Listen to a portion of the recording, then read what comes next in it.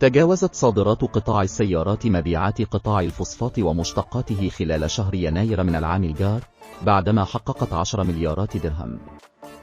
حسب المعطيات الصادرة عن مكتب الصرف، فقد زادت صادرات قطاع السيارات بنحو 44.8% مقارنة بالفترة نفسها من عام 2022، حين كان الرقم في حدود 9 مليارات درهم.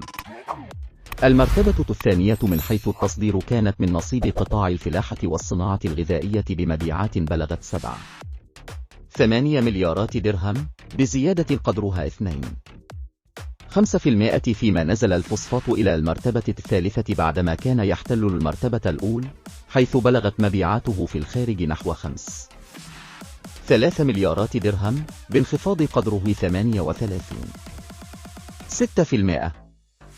من جانب الواردات، لا تزال الفاتورة الطاقية تكلف المغرب الكثير، حيث بلغت الحصيلة خلال شهر يناير من السنة الجارية حوالي 10.4 مليارات درهم، بزيادة قدرها 30% مقارنة بالشهر ذاته من العام الماضي، وذلك نتيجة استمرار ارتفاع أسعار المحروقات.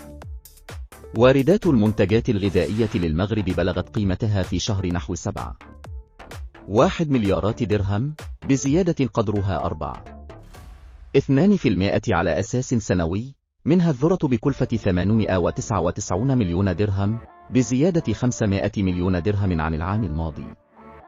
نتيجة تطور الواردات والصادرات، سجل العجز التجاري للمغرب في أول شهر من 2023 نحو 21.7 مليارات درهم، بزيادة 10.6% عن العام الماضي، وذلك نتيجة وصول الواردات إلى 54 مليارات درهم، والصادرات بنحو 32.6 مليارات درهم.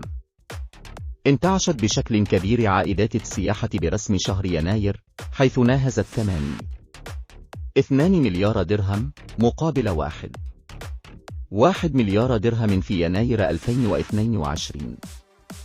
وفسر مكتب الصرف هذه الانتعاش بأن الحدود كانت مغلقة في بداية العام الماضي.